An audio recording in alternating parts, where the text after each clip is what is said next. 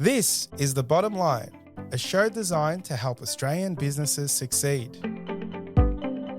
On the show, you'll hear from leading Australian business owners as they share the lessons they've learned building their companies. You'll learn from their successes as well as some of the challenges they faced along the way. We also talk to experts from a range of fields who share specialised techniques you can use to improve your business. I'm your host, Savan Tuna, and I'm a director at Alexander Spencer, and I'm really passionate about helping Australian businesses succeed. Which comes first, the chicken or the egg? It's a question as old as time, but for today's guest, it's how his business began. Today on The Bottom Line, we're joined by Josh Murray, founder of Josh's Rainbow Eggs, a family-run free-range egg business and a well-loved brand across Victoria. We'll unpack what it takes to grow an ethical farming business, secure shelf space in major supermarkets, scaling sustainably, and how Josh stays grounded in his mission while growing a modern agricultural brand. Let's dive in. Josh, thank you so much for joining me on The Bottom Line. Thank you for having me. I'm thrilled. I'm very excited about this chat because I am a big fan of eggs. I have lots of eggs in my life. So we won't go into the health benefits of eggs today because it's about business and what you've been able to achieve at such a young age. But let's talk about this beautiful, incredible story that you've been involved in and take us to the start and let's go through this amazing thing that you've done. Awesome. Well, thank you for the kind words. I've had the privilege of telling this story many times and I'm excited to tell it again. I've always been somewhat of an entrepreneurial person, and I think that's really something that my parents ingrained in me. But how that actually is played out in the real world is when I was about 9 years old, I was simply desperate for as much Lego as I could get my hands on. My parents had very clearly outlined Christmas and birthday as the only two Lego times of the year.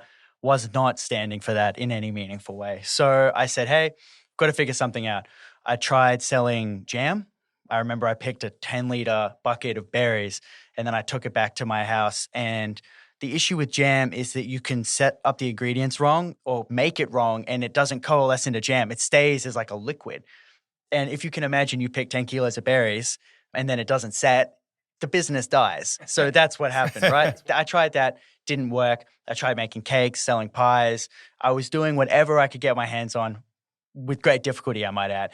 And then eventually my mother took pity upon me. She said, hey, we've got chickens here. You know what? Just take care of the chickens. You can sell the eggs. And that's how Josh's Rainbow Eggs began. So that was when I was 9 years old. I was homeschooled at the time, so I was able to get my schoolwork done in the morning, and then in the afternoon, I'd go be with the chickens. Started selling to the neighbours on my street. More of a dirt road, if you want to think about it that way, about 2.5 kilometres long. Only 3 neighbours on the road. Not great for scaling a business, right? So the next step seemed like the farmer's market. So for a while there, maybe 2 years, I went to all of the local farmers markets. I did a farmers market every Sunday, a couple on Saturday, throughout the month.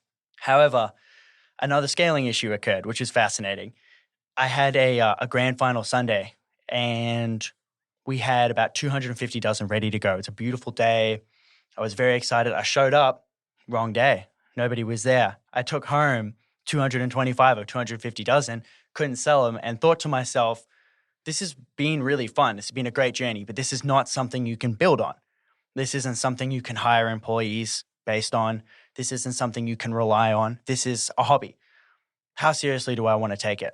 How old were you very quickly? Just around this time now? About 12. Okay, 12. Dude, my daughter's 12. So I'm trying to think about this situation of 12-year-olds thinking. So cool. I mean, it was self-evident, right? You go to a farmer's market, there's nobody there. You go, wow, it doesn't seem like this works. I didn't have this ingenious business like insight. I went there and I was sad that nobody bought my eggs. It's pretty simple. Thank goodness we really had developed a little bit of a reputation in the area. And when I went into my first supermarket to try and convince them to take our eggs, it was a Food Works in Riddles Creek, which is very close by to where I live and where the farm is based now. She already was a customer. She'd been buying our eggs at the farmer's market, thought it was a great idea. And in short order, we gathered up about 7 of the independents in the local area, started selling to them. And then shortly after, Melbourneites will recognize this place. Lamana Direct in Essendon Fields also started selling through them. Throughout this journey, I'm going to the stores, handing out flyers, giving away eggs, doing whatever I can to kind of generate a little traction, a little excitement. But the interesting thing about the independents is that they're not everywhere. The closest town to us with the highest density of our kind of customers, right? The Wood End Farmers Market was always really successful for us. People always said, hey, where are your eggs? There's only a Coles in Wood End. So around this time, I was going to go to high school. And so I'm about 14 and a half at this point. This is halfway through year 8. So Tamsin and I had to sit down and say, hey, is this something we wind down as I go to high school? Or are you going to really step in and help grow this to the next level? So she said, hey, I'm not homeschooling you guys anymore. It's time for us to kind of take this to another level. And we went and approached Coles first to get Coles Wood End. And then shortly after that, Woolies. And then over that next year began the real scaling journey with Coles and Woolies. So, Josh, you've approached Coles and Woolies at Wood End. But at that point, how much past of a hobby was it? How many eggs were you doing? What was the revenue? I don't know. Can you share the numbers it got to before you made that call? Sure. So we had about 2,500 chickens. And so that is about 1,200 dozen a week. Not very many. Well, 1,200 dozen, I could visualize these 1,200. There's a lot of eggs everywhere. You wouldn't want them to crack. So take us through that journey, because you've approached Coles and Woolies and you said you approached Wood End Direct. Yeah. Is that how it works? How do you get into supermarkets? Take us through that journey, because I thought it would be more you need to go to head office, and take us how you actually went and knock on the door. I'd love to see that. Because this is the thing, right, is with the independents, you show up and you say, hey, who's the store manager? And the store manager says, hey, how you doing? Already know, whatever, we can just go through that. You didn't even need barcodes to do Foodworks, right? Very different story with Coles and Woolworths. We went into Wood End Coles and we're like, hey, eggs? And they're like, nobody's ever even asked us that before. So, of course, they say, hey, head office, here you go. So the person who brought us in was Danny Corrigan. He had a background in farming in Victoria. His family's out in Gippsland. They do lettuce. And so he really walked us through this process of accreditation. You need to get your barcode sorted out. There's all these standards you have to meet. And that process actually took us about 6 months. Similarly, with Woolies was a couple months after Coles, where we said, okay, we've approached Coles, we're in the works with them, no reason to leave the job half finished, right? We approached Woolies. They had a local sourcing manager named Jonathan Gretsch, who has since absolutely shot up in Woolies, and he walked us through the process as well. We approached them in about July, and this would have been July of 2014, and we weren't on the shelves until the beginning of 2015. And take us through the selling point, right? So you're pitching to Woolies or pitching to Coles. What's your point of difference? It's eggs, right? And we know that eggs can be very, very different. Take us on this journey. Educate our audience on the quality of eggs. I've watched the doco, and all I do now is go there and buy the most expensive eggs. I know there's a big difference between, not necessarily on price of eggs, so that's how I've just done it, but I know that there's a major difference on how those eggs are consumed versus cage. Educate us through the eggs, and then how you use your unique product difference to then get in. Yeah, so there's a couple of different things that people care about with eggs, which is really interesting because in the commodities space, your advantages are often so slim. There's the actual quality of the product you're selling, and then there's the quality of the story you're selling. So we'll start with the quality of the product first. There is a great number of things you can do to improve an egg's quality. A lot of them are somewhat subjective. For our customers, a lot of that is to do with their diet, which they want to see, hey, are these chickens out on grass? Here's the thing, though, is the grass is ultimately far more of a mental stimulant for the chickens than it is a food source, right? Think about it like your dog going out and smelling on a walk. It's like enrichment time for them. The chickens aren't getting enough protein from bugs and grass. It's wonderful for them to have, but it's not really providing the foundation of their diet. Their diet is something that is not subjective at all. We have nutritionalists, and we've had them for a long time, nutritionists, and optimizing the chicken's diet, spending the money where it's needed to make sure that, hey, the chickens are going to have the correct nutrients to make sure that their eggs are really, we call it viscosity, which is when the egg breaks in the pan. Does it kind of go out everywhere, or does it stay firm? Something you can do to prevent them from spreading out like that and getting that kind of gross eggy consistency is by making sure that the eggs are fresh. So when we started, we were delivering all of our eggs directly to store. So oftentimes the lead time, if you will, on getting these eggs out of the chicken and onto the shelf was less than 2 days. That is something tangible you can do to improve the quality. The quality of the feed is something tangible you can do to improve the quality. Letting the chickens go outside, get that free range air, get on the grass is something tangible you can do as well. But what really separated us was our ability to get that message out to our customers. From day one, when I was handing out flyers in Lamana, in Foodworks, and then later in Coles stores, all of it was, hey, we're doing these incredible things. There's a lot of companies that are doing incredible things. You know this. But so many of them don't know how to get it out there. And that was something we did really well really early on, where I was so proud of what we were doing with the chickens. I was so proud of what we were doing with our business, everything. I was so proud. And I just wanted to talk to people about it. And they could tell. And it was really very lucky to be able to be that excited about something and to share that with people. And the 6-month journey, so you would have gone through all of that. And take us through the first meeting. How was that meeting with Woolies, Coles? You had to put your suit and tie on. Take us through that journey of, because how old would you have been then? Were you still in high school? Yeah, so no, I was 14 and a half at that table. Did you do the pitch? God, no. So here's the thing is, so Tam and I very early on kind of figured out what the balance was going to be. Ultimately, you do need an adult in the room on these negotiations, as much as I want to bluster about my financial acumen. And I was really doing the pitch. So I said, hey, this is what we do. This is why I'm proud of it. Customers care about us. They want us here. This is what we're trying to help you with. And then Tamsin said, and this is what it's going to cost you. This is what we want it to look like. So they were wonderful. They really were. Danny Corrigan, Jonathan Gretsch, both were fantastic. I don't know if we would be where we're at today without them. They came in, they understood what we were trying to offer, and they really took us along the journey, a helping hand. It was really, really, really wonderful to work with them. And how long did it take after they said yes to then scale it? Because I'm thinking now you're in sort of the smaller independents. You've got, how many chickens did you say at that point? So when we approached them, we would have had about 2,500. So you're 2,500. They're like, all right, guys, we're on. Did you scale your operation slowly? You had to obviously get more chickens, land. Take us through that scaling journey as it happened. Did they give you enough time to slowly build that out? Or was their first order going, we're going? In my experience, there are obviously issues that can come with dealing with large companies. That's not one of them. We let them know what we could offer them, where we could offer it, and how much it was going to cost them. And they said, okay, maybe we tweak this, we tweak that, but nothing out of the ordinary. And here's the thing as well, as the process for us took so long, right? Taking, 4, 5, 6 months to get into the stores, that we had some time to go, okay, how many more chickens do we need? And keep in mind, this is small fry, right? Like 1,000 chickens don't cost you that much. So our scaling wasn't actually too difficult on the early end. What happened as we've kind of advanced now has become much more interesting, in my opinion.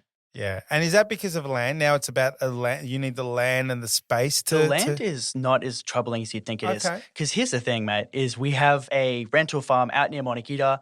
Customers come by, visit by trades. We're probably using about 35% of that land so far. There is so much land there. The land is not the issue. The issue is the infrastructure, right? Our sheds, 60 meters long. They weigh 80 tons of steel. Right? If you want to think about what kind of investment that is, I can look at the red on my P&L and go, oh, wow, that's your issue right there. That's really been the bottleneck for us, is the investment, because we haven't taken investment. We've had to bootstrap all of this cash ourselves.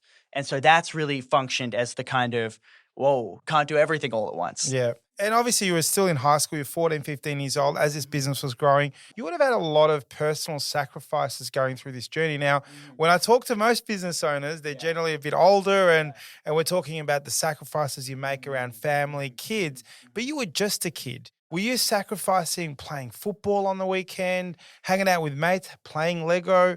What were some of the personal sacrifices you made to get this little business off the ground? You know what's really funny is, I think that, I don't know who I remember hearing say this, but they said that aliens could land on Earth and then a week later people would be complaining about how the traffic got worse, right? You just adapt, you change. So in hindsight, I go, oh my goodness, wow, I was sacrificing quite a bit. I was leaving some memories, some experiences, some valuable, social learnings, some fun on the table. But I'd been doing this for 4 or 5 years already at that point. So going to do farmers markets on the weekend was just what I did. It's taken some time for me to look at it objectively and go, hey, I don't know if I realized what I was leaving on the table, and maybe that was for the best. Let's go back to the eggs. Obviously, Josh's Rainbow Eggs is ethically produced and all of that kind of stuff. What were some of the biggest misconceptions you had to fight against promoting ethical egg farming? And obviously, your competition might have been able to come at a different point that isn't ethically farmed. How did that messaging, how did you go through those challenges around being able to focus on that smaller flock? And yeah, was that challenging to create that point of difference? Yeah, so here's the thing is it actually wasn't very challenging to create it frontwards. The egg shelf looked very different 10 years ago. I'm sure everybody who's listening can think about that. Remember when eggs didn't used to have flock density on them? Remember when they weren't throwing, for example, Josh Rainbow Eggs, we used to say ethical eggs, pastured eggs, and all of these words became buzzwords, right? We popularized them. Everybody else started using them, and then we've gone, okay, this no longer communicates to our message anymore. The point of different stuff was not as challenging as you might expect because the standard for marketing in the egg space was quite low, and the level of trust consumers had for our competitors was also quite low. So for us to come in there, it's a young man on the face of the carton, he's talking to you about his chickens, that grabs people, right? What was much harder was the fact that that was a very expensive business model, right? And that still is the issue, is we're on the shelf and we're going into these negotiations with Coles and Woolies and whoever else, and they're saying, this is where everyone else is and this is where you are. Our customers are saying, hey, this is where everyone else is. You're up here. You're more expensive. And that is something that can be a little bit harder to navigate because your business model has to be able to make up that difference in volume, make up that difference in profit margin, make up that difference in whatever. It's all just harder when you run a business the way that we chose to. There must have been moments, right, when the easy option was the way to go, to scale fast, we'll cut some corners, maybe ethical isn't the way to go. And did you come to a crossroad where you go on this path is really going to be difficult, but you had to stay true to your values? And do you remember that moment? Did that ever come up where you're like, oh, we could go down another path and make lots of money fast, but you had to stay true to the values that you had built in? Yeah, I mean, the key has been establishing the things that you care about because in the beginning, we had I was trying to do everything. We were going for organic certification at some points.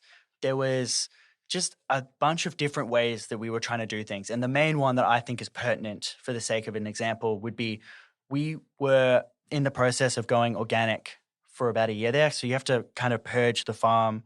You have to have a continued history of no pesticide use. It's a whole process you go through to get the organic certification because organic feed was not very expensive, right? It was about $100 a ton more. And this was about 2011. So we'd been doing organic feed for about 2 years. And then I don't know if one of the feed executives took a accounting course maybe and realized, hey, only 3 farms doing organic feed in Australia and we're charging a pretty low price. And then it may have been that, might just be conjecture, but I tell you what I know, organic feed doubled at one point. And we looked at that and said, okay, no, we can't actually run a business like that. It just won't happen. And I remember we changed all the labels and the first farmers market I went to where people said, hey, so like, are you organic? What's going on with that? I was saying to people, hey, just a heads up, we're not going for the organic certification anymore. And they didn't care at all. So I had this enormous fear build up in me and then they just didn't care. So it's been very fascinating kind of by process of elimination, figuring out what do customers want from us. And they really would like volume. So for us, keeping the store shelves full, the big displays, the transparency is key, the knowing that the chickens are going to have a good life. Those are really, really core, right? You hold those close. And then everything else, you go, okay, we'll do the right thing, but maybe this isn't where we focus. I want to talk about supermarket shelf placement, product visibility, the branding, the marketing. I want to take it down that path. Is that all right? Yeah, no, and this is where I'll be best. Because Okay. a lot of this is operational, and this is where Tamsin's expertise really shines, right? So for me, I'm aware of what happened and how we got there, but I'm not really aware of every minutia the way that she would be. So this is going to be... Yeah, awesome. Yeah. So, Josh, in all business, we need to get we're going to have an awesome product, but we've got to create that story. You mentioned that before in your answer. You've got to get it onto the market And marketing becomes a real big challenge. And that's the key sometimes to where a business survives or not. Talk to us about the marketing journey, the branding journey, getting the shelf space. What was it like in your business, and what did you do in that space to really take your business to another level? So early on, you don't tend to think about the shelf space in any way other than, okay, how many eggs do we have out there? Then you go and you approach some people who really do this for a living and you say, hey, what are we going to do? And they say, I'm Coles and this is where we're going to put you on the shelf. And you go to the shelf and you go, not really wrapped about that. For us, the key from the beginning, from the farmers markets to me walking to my neighbours to sell eggs to what we do right now in Woolies Camberwell, right down the road from us, I don't know if I'm allowed to say the You office, can, of is course. we need to be where our customers are and they need to be able to see us. Yeah. So the digital marketing stuff, I mean, I got named as a Good Friday Appeal ambassador for this year and Congratulations. thank you, but they're like looking at my social media and they're like, not a lot here, man. I'm like, yeah, no, I don't really, because ultimately a lot of what I'm trying to do is authenticity. I don't spend a lot of time on my phone. I don't care much for social media. I want to be where my customers are. I want to be delivering them value. I want to be excited by what I'm doing. I want to have those conversations that leave me buzzing at the end of the day going, wow, that person was nice. I'm so glad that they took the time out of their day to talk to me. Getting to where the customers are is a lot easier said than done. For us, with Woolworths, we had to work through a whole process. It was actually a negotiation. We actually give them a little bit of money for the way that we have our shelf set up. That's interesting. So you actually pay to be on the shelf? No, we don't pay to be on the shelf. We pay for a very specific setup. So what we have is they're called Josh's Hero Stores, and you'll have, the 7 shelves, and it'll be Josh's the whole way through. So that was something we started doing about 3 years ago during COVID, and to get that locked into the planogram was obviously a pretty extensive process. But that means that every time a customer goes to one of our stores, they know, hey, the Josh is going to be the right-hand side and the 700 is going to be at the top, 800s, and then the 350s. And it's all set up the same everywhere. That kind of thing means that, hey, love me or hate me, they're there. That's so interesting because how I only buy the really organic, expensive just because of this thing I have in my head. But I know exactly, they always put on the same spot. I go straight to the eggs, but the ones I get, I wouldn't even know what the brand is, but I know it's top right. They've got 2 shelves. I think you're right, 800, 700. I grab mine and I actually shut out the rest. It's really interesting. So fascinating. If they had moved it, I'd be all confused. Oh, and that happens constantly. It's really funny because hearing you talk about the way you see the shelf is so interesting to me because just like a musician who spent 25 hours on one song, you don't know if it's good anymore, right? You spent too much time with something. And so for me, the egg section, I go to the egg section and I go, okay, they're there, we're here. And then I don't even think about what a customer sees. But no, of course, if you move anything, there's a process that you have to go through to reacclimate yourself. And how many stores are you in now? So where are we at? You don't have to go through again in detail. How big has it gotten? So we're in 60 Woolies stores right now. So we've just really had to kind of tamp down. Egg shortage right now is pretty serious. So we had to make some very hard decisions about where our customers are. Are we getting them enough eggs to make an impact? And that meant we've had to tighten the belt a little bit proverbially, cut some stores, cut some lines. Hey, we need to be where our customers are, help them in their time of need. And then for Coles, we're in all of them in Victoria. Tell me about the egg shortage now. So I know it's not part of business advice, but I've noticed that. It's probably going on for about another month or so, maybe a bit longer. Yeah. What's the cause of that? So we had some bird flu last year that took out about 1.8 million chickens. It was 11 farms all on the same road. There were farms closer to each other than our sheds are to each other, like 100 meters apart.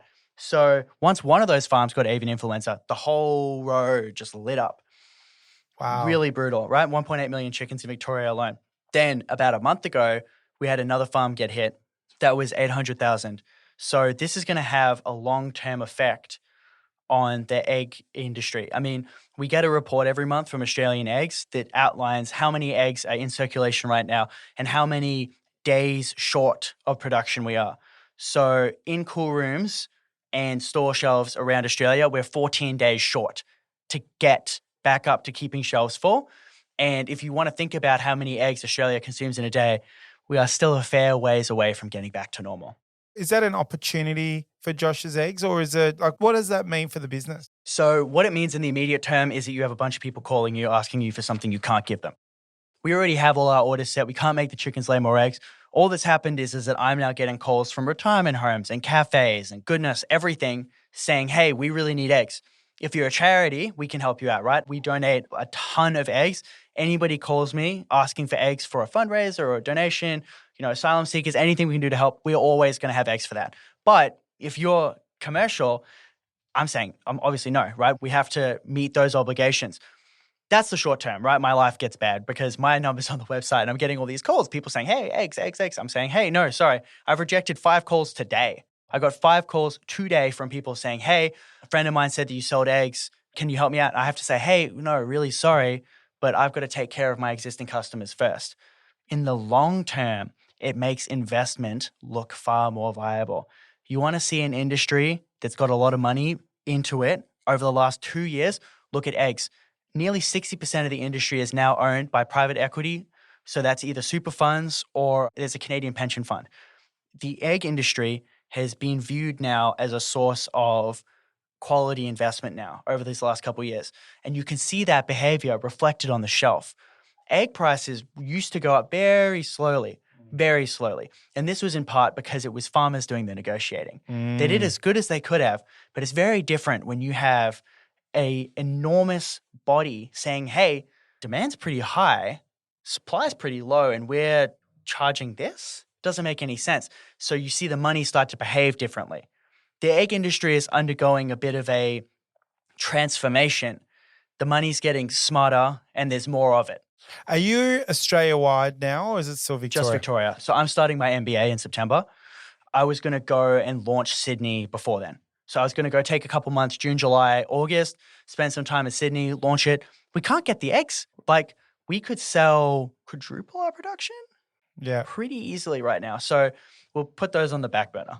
I was going to ask about your journey. So the business has grown. How many staff are there now? Obviously, there's a lot of people picking the eggs, but putting it into boxes and there's some stuff around that. How many staff are you up to? So we're about 30. So the picking you were talking about, where you take the eggs, basically a machine will take them off of the trays, wash them, then somebody will check that they're all good for quality, and then they'll be put into cartons. That's our grading room. Yep. We're grading about 1,400 or thereabout boxes per day. So I run that room. I've got about 9 team members in there running. And then I'm also running our delivery staff, which is about another 5. So your role is sort of a bit operational at the moment. Tell me sort of your MBA journey. You want to get educated more. So what's the future look like from the studies you're going to do and the outlook for the company? Yeah. So right now the company has a really strong CEO with Tamsin Murray, my mother. She was a PhD level academic, is Dr. Tamsin Murray. We have this extremely high-powered CEO sitting at the top of the company right now that's really powering everything we do. However, she's 56, and I would like her to be able to retire at some point. And she's simply doing so much right now. If you want to think of an athlete who's having an outrageously high-volume season like a Russell Westbrook, where she's just doing everything, it's gone down a little bit. So I graduated my bachelor's degree end of 2023, so just over a year ago now. I've been able to help her more. But what I'm trying to do is, hey, I'm going to go off, I'm going to get qualified, then I'm going to come back in and I'm going to really help lighten that load for you because she's done a tremendous amount of work just to get us to where we are. And I want to help her take this business to the next level. It's very interesting. A lot of times we see husbands and wives, mums and dads going to business together. And sometimes what happens is the journey then becomes the children come in as the next generation and come together and become the succession for the family. I've never had a guest on the bottom line where the startup journey was with the mum and the son. So take us through the journey of being, in a way, business partners with your mum. Yeah. Because you came in at sort of that same level. It's Josh's Rainbow Eggs, right? Absolutely. So what was that like? How did you navigate through being a child and working with your mum and then her parenting you? I'd love to hear some stories. There are stories that you can share with us that's unique. Yeah, well, the thing is it's really... I don't think this would work with a different familial setup in a way. Tamsin has never cared. So I call her Tamsin at work because I don't like being in meetings calling her mum. So I kind of have programmed myself. But mum doesn't care about being the face of the company because she's turned me into this figure in Victoria. And typically you'd see the frontman of a band causing the collapse behind the scenes because everybody's upset that they're getting all this credit. She doesn't mind at all. For her, she wants to see me succeed. She thinks this is the best way for the business to work going forward. And so that's being fine. I imagine that dynamic where one person's doing all of this work and really setting the business up for the success, and then the other person who's doing maybe 15 or 20% of the work is getting all the credit. I imagine that'd be quite difficult. But for her, she takes joy in seeing this work and succeed. And I don't think this business would exist without her humility. Josh, we talked about shelves and what it means and how important it is. And I was surprised. Obviously, there's some cost to certain things. But I saw this thing on TikTok the other day that really surprised me. I didn't realize this. I'd love to play it to you. I'd love to get your opinion on this. Is that okay? Yeah, awesome. Awesome. Let me just play this now. You think houses are expensive in Australia? This piece of real estate costs $100,000 just for 1 week to sell your biscuits or your soft drink. They're called gondola rents, and they're more proof that in business and in retail, location is the key. What do you think? Is that true? So true. I mean, these are some of the most intelligent companies operating in Australia. The ROI they would see on those ends would be unbelievable. As somebody who's been in those stores while merchandising eggs, meeting with managers, I speak to every single merchandiser. So those would be the people who are securing those locations, restocking them, and letting the manager know how they're performing. The merchandisers would be doing that. The access they have to sales data, to customer information in terms of, hey, how many people are buying this? What kind of basket does it typically fit into? This is some of the most premium space in Australia, and the companies that are working in it are executing very well. You should hear some of the stuff that they've told me. For those who are inspired by your story, you're such a young person that's done so much in your life. I'm so proud of what you've achieved. What advice do you have to young people that have that entrepreneurial flair, that might have a business idea? What advice would you give a 12-year-old, a 15-year-old, or even an 18-year-old that's got this spark? They've got a business idea. You've done it. There's not too many people that go out and start a business at such a young age. What advice would you give a young person in today's market? I think that the two things that really stick out to me is I've listened to a fair few people talk about starting up a business, and ultimately don't expect it to be a full-time job overnight. What you need to do is like what I did, doing my school in the mornings and working in the afternoons. You've got to, hey, maybe you're just coming home from school and you're spending an hour every night, or you're spending a little bit of time on the weekends. Don't shirk on your responsibilities, but if this is something that you're really serious about, you will find time for it. You just need to make sure that that time is appropriate and that you're working in the correct areas. I mean, goodness me, mate. Like, I was talking to my grandfather about this recently, and he's surprised at all of these things I know. And I told him, you had to go to a library to learn things. Now I can go on my phone and I can say, hey, what is this? And suddenly, before I have a difficult conversation, I'm listening to somebody who has a PhD in difficult conversations give a TED talk. The scale of learning is so different. The one thing I'd say with online learning that's been really interesting to me is just the amount of misinformation that exists. So just make sure that you're listening to people who are qualified. For me personally, if I'm learning something about a business space, they need to be either working very high up in a business in the space. So for example, look for partners in law firms, look for CEOs of companies. Those people will tend to have some of the most valuable insights. And if not, look for professors. The issue is right now, especially in the kind of business space and especially with the youth, there's a lot of misinformation. And if you don't mind me getting a little political, it can be a bit of a right-wing space and it lacks empathy and also credentials. So look for experts would be my advice. And then the other thing that's very important to remember and that has helped me so much in this business is remembering that the quality of your relationships is the quality of your life. The relationship I've built with my mother, the relationships that I've built with the customers, my life is where it's at because of the time I've invested and that Tam and I together have invested in the people around us. That's really fueled our success. That is so good. That's going on TikTok for sure. All right. As we get to the end of the podcast, I can't leave you with the question that my 9-year-old Googled. Actually was very funny. This was a true story, Josh. She's just got her Chromebook. She's in grade 3. She's opened Google. I swear this is what she typed. What comes first, the chicken or the egg? And then she said, come, Daddy, have a look at this. Have a look at this. What does it say? She did say, I'm going to tell you what it is, but I want to know from you. Yes. Josh's rainbow eggs, which comes first, the chicken or the egg? I have a lock and key answer to this that is solved scientifically. I believe this in the absolute depths of my soul. There were chickens that were close to chickens, right? And then just like anything else, just like the first human being, 100,000 years ago who was, cognitively fairly similar to us was born, there was an egg laid somewhere in some jungle that resembled the first modern chicken. The egg came first, open and shut.